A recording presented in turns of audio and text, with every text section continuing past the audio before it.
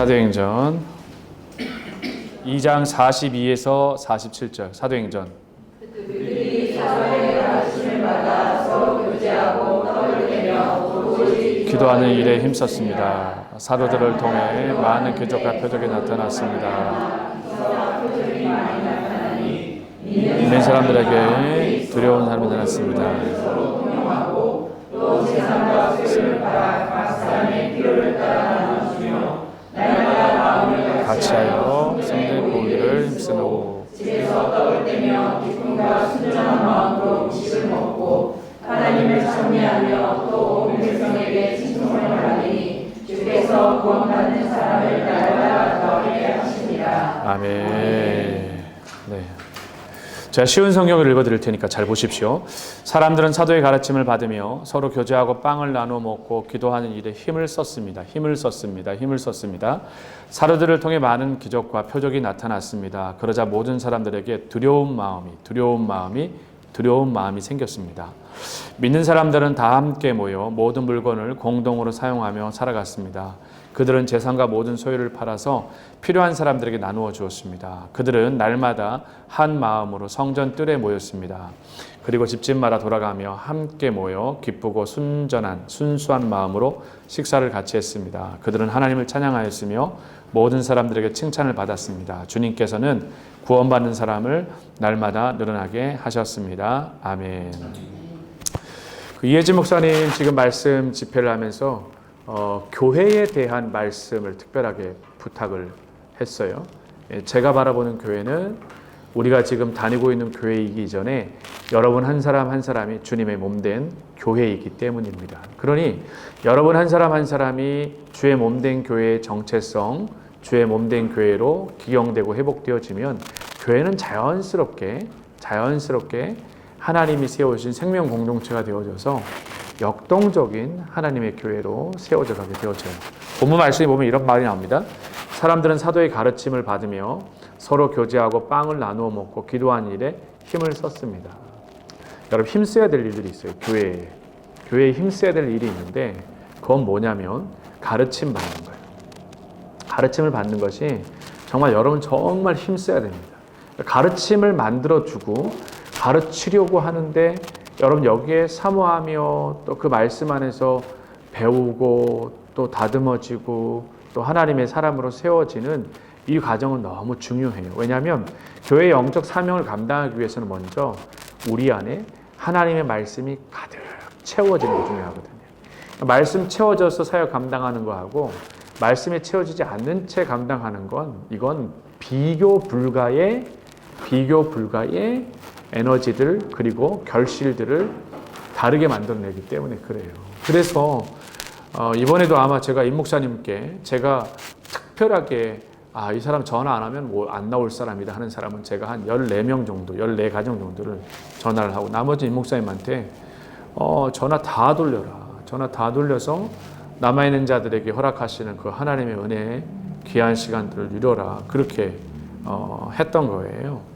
그래서 저는 여러분들이 말씀을 가르침을 받는 이 일에는 힘을 쓰다라는 게 뭘 말하는 거냐면 자발적으로 어린아이가 아니면 이제 막 강아지들을 막 새끼를 놓으면 강아지들이 눈도 뜨기 전에 어머니의 젖을 먹기 위해서 막 머리를 들이밀고 가는 것처럼 여기 나와 있는 힘쓰다가 그런 의미, 깊은 그런 사모함과 열정에 대한 그런 사모함인 거죠. 우리 말씀 좋아하시는 좋은 말씀 목회자들을 보면 여러분 이게 부흥회가 이틀 금요일 토요일 뭐일까 이런 고민하지 않고요. 그냥 일주일부터 열흘 그렇게 그러니까 지금 영적 품앗이를 하는 거예요. 영적 품앗이를 하면서 저하고 약속하기로는 3년 뒤에 목사님 오겠습니다 그랬었어요. 3년 뒤에 2년 만에 온 거예요. 왜냐하면 제가 작년 여름에 거기에 그 교회 리더 수양의 집회에 가서 말씀을 8번을 전했었거든요. 그렇기 때문에 소망이 있다라면, 희망이 있다라면, 기대가 있다라면 이 방콕 한인연합교회가 말씀의 은혜 있는 사람들과 영적인 동역이 되어지는 게 마지막 진동하는 세대의 가장 유일한 저는 소망이라고 봐요. 그래서 말씀을 잘 먹이고 잘 양육할 수 있는 그런 목회자들로 연합을 이루어 하나님의 나라를 세워가는 일, 그 일에 저는 여러분들에게 도전하고 싶어요. 하나님 말씀이 있는 자리, 가르침을 배우는 자리에는 무슨 일이 있더라도 열심을 갖고 하는 거예요. 그런 열심이 있을 때 사모함으로 나아가면 분명히 하나님이 배고픈 자에게 양식을 주시는 것처럼 하나님이 공급하시는 분이세요. 그리고 보십시오. 그런 말씀의 은혜들을 딱 먹고 났더니 보십시오. 사도들을 통해서 많은 기도가 표적이 나타났어요. 그러자 사람들이 두려운 마음이 생겨났어요. 여기서 두렵다라는 게 무섭다라는 게 아니라 하나님 살아계신 걸 눈으로 봤기 때문에 그래요. 하나님 살아계신 걸 눈으로 보고 하나님의 살아계신 역사가 나타나는 걸 보게 되면 두렵고 떨림으로 우리가 보게 되는 것이죠. 이게 초대교회 역사예요. 두 번째 역사. 열심을 갖고 배웠다. 두 번째는 뭐라고요? 여기 보면요. 열심을 가지고 어떻게 사도들의 사역들을 보면서 함께 중보했더니 두려운 마음, 하나님의 살아계심을 맛보게 되어졌다. 그러니 사람들 안에 어떤 역사가 나타나느냐? 시키지 않아도 믿는 사람들은 다 함께 모였습니다. 그리고 이제 이 단어를 특이하게 사용하기 시작해요. 믿는 사람들은 다 모여요. 여기서 다 모인다는 게 뭐냐면 빠진 사람이 없다라는 단어거든요. 이 다 모인다라는 게. 그러니까 성전에 하나님의 말씀의 자리에, 잔치 자리에 빠진 사람이 있으면 목회자가 너무 안타까운 거예요. 이 사람 참 있었으면 좋겠는데. 그 금요일날 저녁 때도 목사님 참석하겠습니다. 저하고 약속했던 남자 두 분이 있었어요. 근데 참석을 안 한 거예요. 제가 집회 끝나고 나서 전화를 하려고 그랬었어요. 안타까워가지고 왜 안 왔냐? 말씀을 들었으면 좋았을 텐데. 그러면 그 말씀 들었으면 저는 오늘 아침에도 왔을 거라고 봐요. 찾아먹는 역사가 나타났는데 오늘 계속 기다리고 있어요. 언제 오나 지금 기다리고 있어요. 그만큼 그 하나님의 말씀에 대한 부분들을 경험하고 나면 다 함께라고 하는 거 있잖아요. 그러니까 셀리더 인터넷 중요성은 그런 거예요. 다 함께 같이 먹을 수 있도록 권면하는 거예요. 같이 가자. 같이 가서 같이 떡을 먹고 같이 하나님의 은혜를 누리자라고 하는 이런 열심들이 있잖아요. 그 양식을 먹고 나면 나 혼자가 아니라 누가 같이 갔으면 좋겠다. 그런 마음으로 권면하게 되어지고 또 우리 아이들 가운데 이 아이가 꼭 들으면 좋겠다라는 그런 마음을 갖고 권면하는 것처럼 그 열심이 있게 되는 거죠. 그뿐만 아니라 다 함께 모인 다음에 모든 물건을 공동으로 사용하고 살아가요. 그러니까 교회 공동체 안에서 공동체라고 하는 이 단어 자체가 공식적으로 등장하는 건 이거예요. 성령 충만한 오순절 사건 이후에 말하지 않아도 하나님의 살아계심을 경험하고 나니까 함께 하게 되는 거예요. 그들을 보세요. 재산과 모든 소유를 팔아서 필요한 사람들에게 또 나눠줘요. 그때부터 어떤 변화가 나타나기 시작하냐면 나의 것이 아니라 하나님의 것이다라고 하는 소유권이 완전히 이전되기 시작했기 때문에 그래요. 날마다 한 마음으로 모였죠. 그런 마음으로. 오늘날 세상은 끊임없이 진짜 효율성과 트렌드를 얘기를 해요. 이 공격이 목회하면서 여러분 제일 힘들어요. 목회 살기 제일 힘든 게 뭐냐면 효율성이에요. 이거 이렇게 해야 될까요? 꼭 이걸 이렇게 해야 되나요? 꼭 저걸 저렇게 꼭 해야 될까요?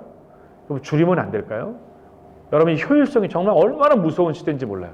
그 다음에 트렌드요. 다른 교회는 이렇게 한다고요. 근데 오늘날 교회의 부흥은 효율성과 트렌드에 문제 있지 않아요. 계속 강조하지만 편한 대로 또 편리함 때문에 세상과 또 세상의 기관과 세상의 그룹과는 다르게 교회는 아무리 시대가 변해도 이 말에 저는 주목했으면 좋겠어요.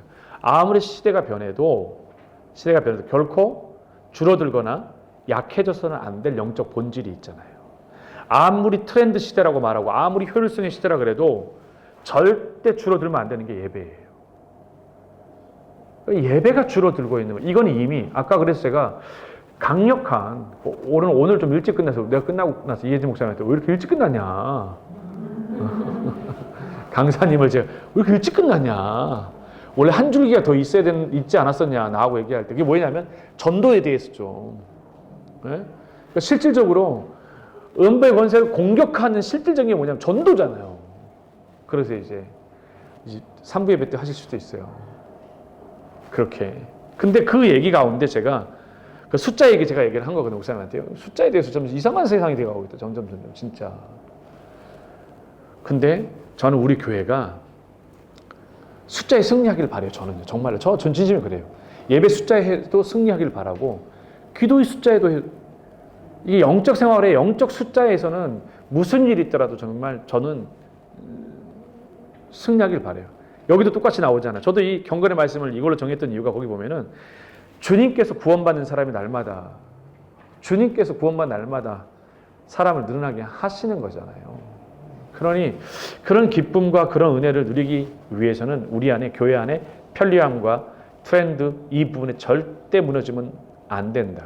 그럼 교회를 떠받치고 있는 5 기둥이 있는데 그 예배에 대한 부분입니다. 진짜 여러분의 영적 건강은 예배와 직결되어져 있어요. 아무리 여러분들이 거룩해 보이고 여러분이 아무리 훌륭해 보이고 아무리 그래도 여러분 예배 횟수에 다른 사람과 비교해서 예배 횟수에 철저하게 비교되지 않을 정도로 그거는 감당이 안 돼요. 저는 그래서 세상이 감당할 수 없는 첫 번째 사람을 그렇게 뽑아요. 하나님 앞에 거룩한 예배로 승부하는 사람들. 이 사람들은 세상이 당해낼 수가 없어요. 뭐 그 사람이 좀 형편이 어려워 보입니까? 그 사람이 좀 건강이 안 좋아 보입니까? 그거 상관없이 정말 이 사실에 대해서 저는 좀 확신을 갖고 여러분들이 내 생활에 절대 예배 숫자가 무슨 일이 있더라도 줄어들면 안 되는구나. 그 한 번의 예배가 여러분의 삶의 영적 상황들을 완전히 반전시키는 역사가 일어나기 때문에 그래요. 또 하나가 바로 뭐예요? 기도의 모임의 숫자가 줄어들면 절대 안 됩니다. 기도의 숫자의 모임이 줄어들면 안 돼요. 그래서 여러분이 살기 위해서 점선의 영성을 절대 가볍게 여기지 말라. 이 얘기를 제발 가슴 심비에 새겨서 하루 종일 이 점선의 영성이 돌아갈 수 있도록 해야 우리의 혼과 영과 육이 보호받는 거예요. 어떤 모임을 하다 보면 지치고 힘들면 가장 먼저 줄이는 게 뭔지 아세요? 기도 모임을 줄여요. 정말 그래요. 지치고 힘이 드니까. 근데 그거 뭐냐면 사단의 유혹이거든요. 거기에 견딜 수 있어야 돼요. 그 자리를 지켜내는 자리가 필요해요. 또 하나 뭐냐면 바로 교제하는 자리입니다. 저는 우리 교회 성도들이 영적으로 참 친밀한 교제를 할 수 있길 바라요. 그냥 농담 따먹는 그런 어떤 농담을 주고받는 그런 모임이 아니라 깊은 영적인 친밀감이 있잖아요. 하나의 이야기를 나누더라도 서로가 서로에게 힘이 되고 위로가 되고 중보가 되어지는 같이 기도합시다. 기도하다 마음들. 그리고 그때마다 성령님 주시는 마음과 감동이 있잖아요. 이번에도 이혜진 목사님 식사를 준비하는데 식사 당번들이 이렇게 하시는 분들이 이혜진 목사님은 식사 섬기는 분들이 많으세요. 그러다 보니까 식사 그거를 할 때 조절을 해요. 그래서 이번에도 제가 재직들한테는 좀 양보하시라고 그랬어요. 재직들은 양보하시고 우리 성도님들이 은혜를 누릴 수 있도록 좀 그렇게 하시라고. 근데 식사를 정할 때마다 좀 기도가 좀 특별하게 좀 필요한 가정들이 있잖아요. 기도가 있으면 좋겠고 영적 만남에 회복이 있었으면 좋겠다. 그런 마음을 갖고 이제 식사의 자리를 만들어 가는 거죠. 그러면 밥 먹는 거 아니거든요. 식사 섬김의 자리가 밥을 많이 먹기 위해서 가는 자리가 아니거든요. 기도의 자리를 만들어 드리고 기도 받게끔 하고 하는 거거든요. 오늘도 그래요. 아까 송영 끝나고 나셔서도 원집사님 오신다는 제가 보고를 받았어요. 그래서 방에서 기도받게 할까. 근데 들어오실 때 제가 살짝 봤는데 걷는 게 많이 어렵고 계단 올라오기도 어렵고 예배실에서 좀 기도받게 했으면 좋겠다. 그것도 우리 다 같이 성도들이 같이 기도를 좀 모으면 좋겠다. 순간순간에 성령님 주시는 그것들을 놓치지 않고 영적 교제가 일어나야 돼요. 그래서 깨어 영적으로 민감하게 그리고 누군가가 기억나잖아요. 생각나잖아요. 그건 하나님이 어떻게 첫 사인으로 좀 받아들였으면 좋겠냐면 내가 그냥 있는데 그 사람이 생각나. 그럼 기도하라고 하는 하나님 사인으로 좀 받았으면 좋겠어요. 한 주일 동안 내가 전혀 최기창 선생님이 갑자기 신목사님 생각난다 그러면 기도하라는 거구나. 목사님 기도가 필요한 거구나. 그렇게 또 우리 주변에 계시는 분도 필요하신 부분들 이런 부분들은 영적인 부분들로 기도하라는구나. 이렇게 그리고 교제를 넘어서서 선교하고 봉사하고 하게 되면 결국 하나님의 교회가 우리 스스로 뭔가 할 수 없지만 우리 스스로 이 5가지가 채워지고 구별되어지면 여러분 음부의 권세예요. 말씀드렸던 것처럼 정말 영적 승리하는 그런 교회가 되어지고 힘든 가운데서도 하나님의 교회는 든든히 서가요. 힘든 가운데. 그럼 이 영적 원리를 통해서 본다면 힘든 가운데 여러분의 삶은 부유하게 되고요. 힘든 가운데 오히려 영적으로 강건함을 누리게 되고 힘든 가운데 하나님 주시는 귀한 더 큰 소망과 위로가 넘쳐나게 될 줄로 믿습니다. 그리고 예수 믿는 사람들에게는 상황과 환경이 절대로 문제가 되지 않는다. 그렇게 되어질 때 하나님의 교회 공동체가 더욱 든든하게 세워가는 거죠. 그래서 반전의 은혜를 경험하시고 또 다른 반전의 은혜를 맛볼 수 있는 우리 교회 학교가 되었으면 좋겠고요.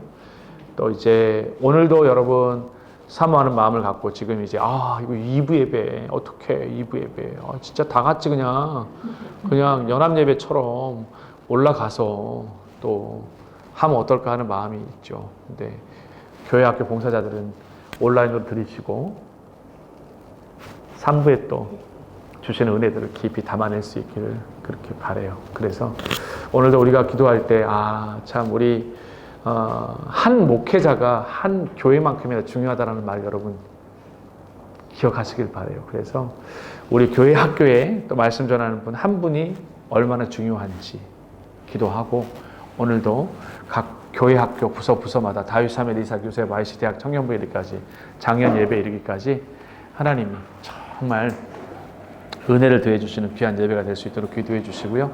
오후에 연합 예배 때 있잖아요. 모든 부서 아이들, 어린 아이들 들려지지 않을 거라는 착각하지 마시고요. 그 아이들 가슴에 안고 그 아이들 손에 붙잡고 부모들을 간구하셔서 꼭 같이 한 영혼이라도 말씀 듣고 은혜 회복을 누릴 수 있도록 같이 마음 모아 기도해 주시면 감사하겠습니다. 기도하겠습니다.